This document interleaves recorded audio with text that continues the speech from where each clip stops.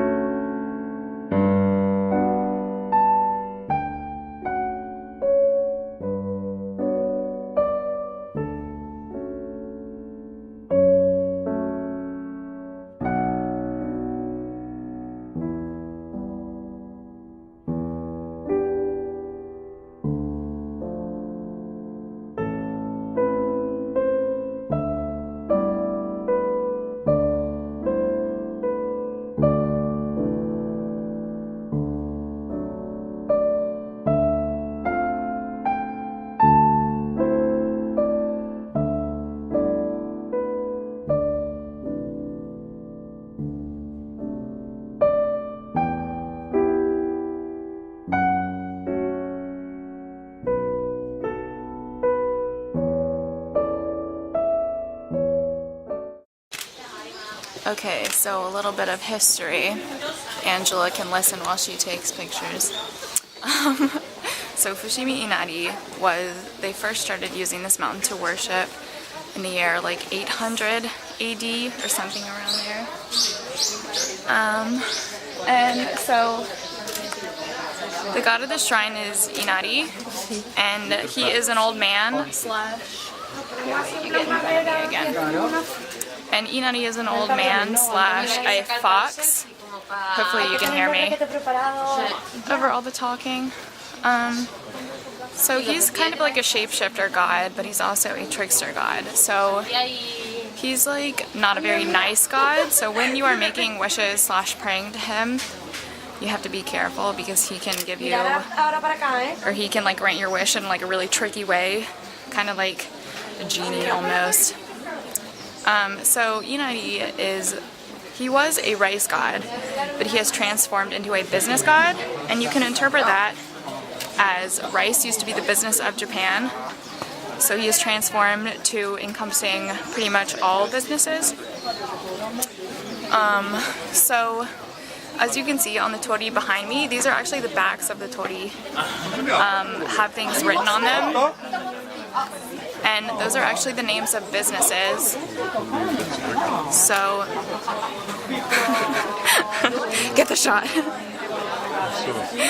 So the way these tori work is businesses can buy them, and I think they range from like $1,000 to like $12,000. These big ones obviously cost the most.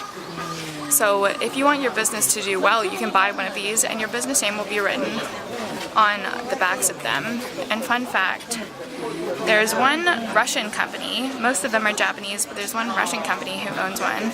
And there's also a Yakuza company that owns one. And if you don't know, Yakuza are like the big mob groups of Japan, like the Japanese mafia. So like big scary men. Oh, the sun.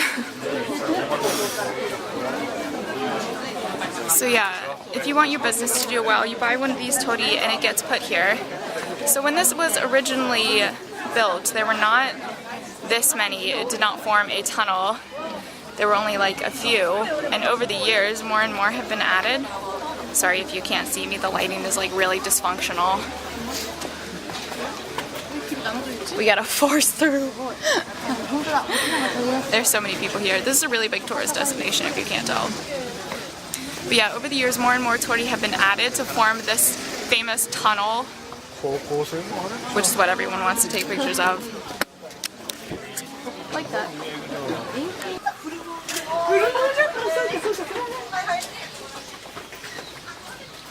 So this is what it looks like on the inside, and those are all the backs of them. This is my second time here. I was here in my first week in Japan, and I wanted to come back at this time since the leaves are starting to change color, but most of them are still pretty green. We haven't even gotten to the stairs yet.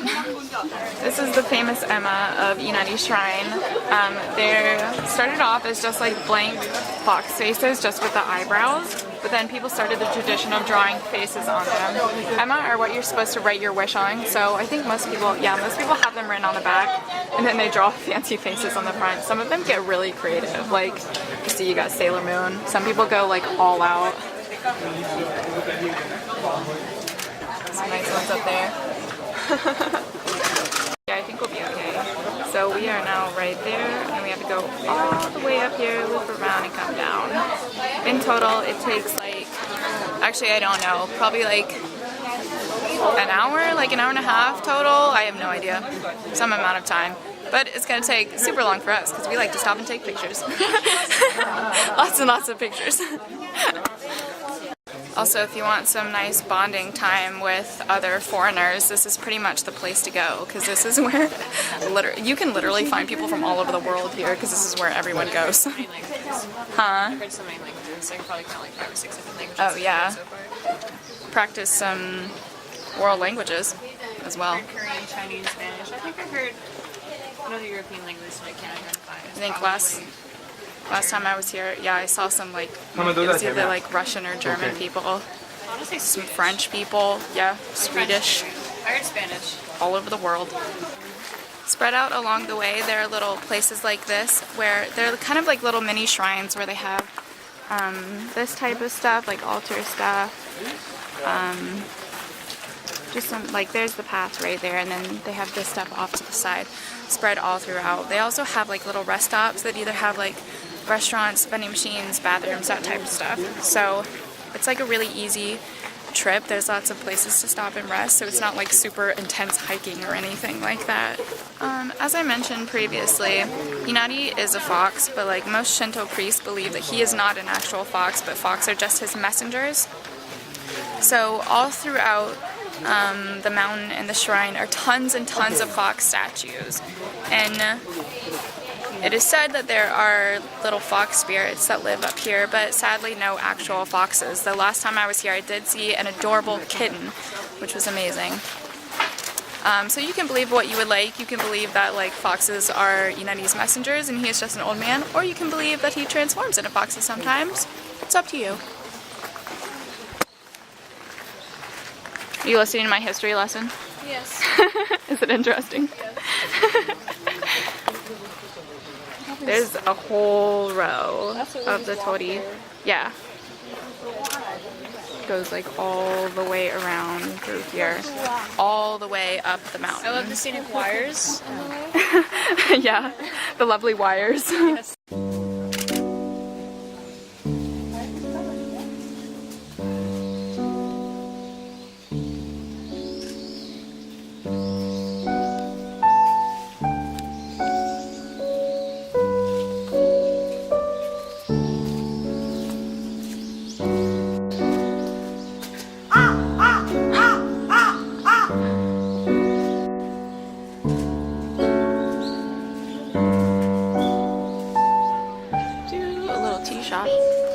Oh, sumimasen.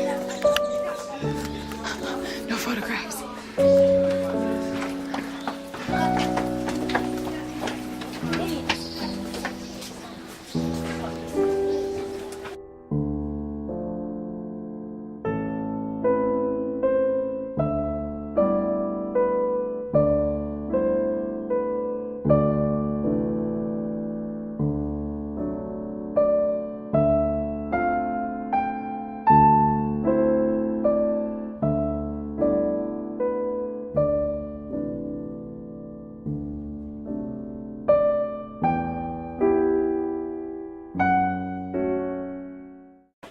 the pricing for the torii.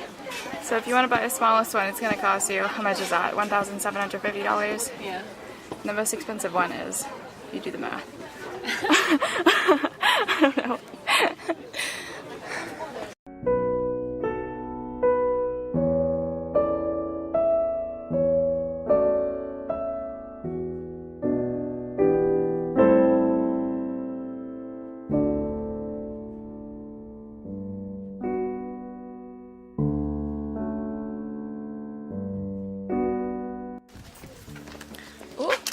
As you can see, once you get past like probably halfway up and like branch off into the little, I don't know, paths, it really thins out. Like there's practically no one on this one. Like we passed a few people, but other than that, there's no one. So even if you come on a really busy day, once you get past all the big crowds, it really thins out and it's a really enjoyable experience.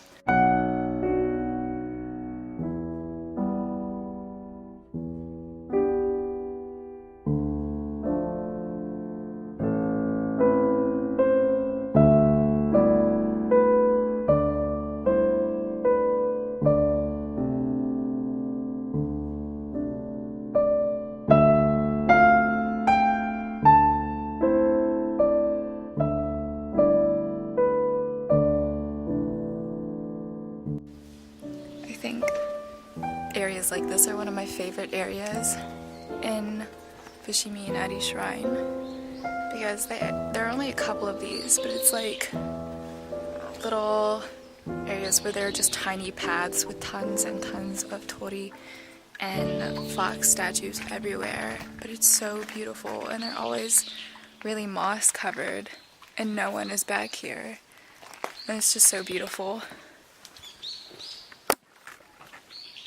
Just look at this.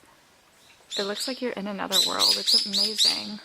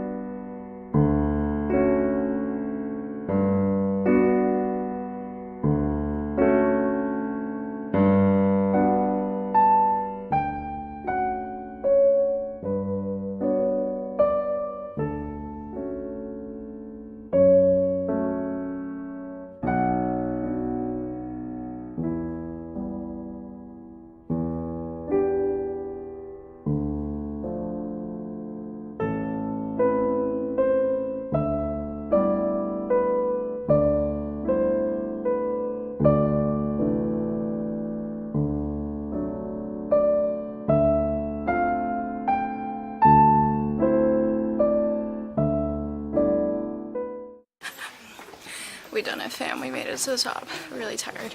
And Angela, what did you just say? I said it wasn't worth it. There's no view. Where's the view? We've seen Yeah. this like all the way up here. The top might be like a little bit disappointing because it is just like a shrine area. Right, we saw something in the forest coming up. So. Yeah.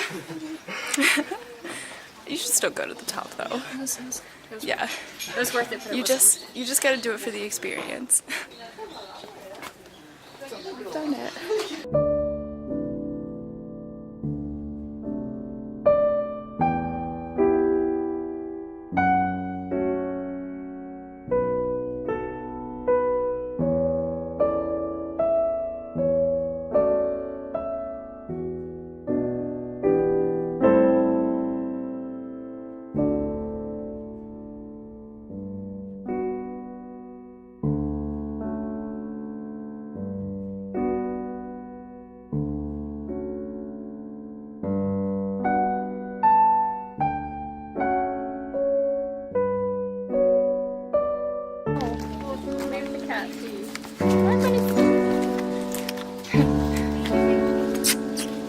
Come here, be my friend. No, he really doesn't. I don't want to scare him. He's not. I know, but he's not paying attention to me. It's just taking a bath. So we're on our way out now. That took us about like 2.5 hours, but you can you can definitely do it in much less time than that. We stopped and we're walking like really slow and took tons of pictures and explored lots of areas, which I definitely suggest you do because you can miss a lot of stuff if you just plow through it. Cute little bridge. So it's completely free to go in. They have lots of little gift shops and things you can buy.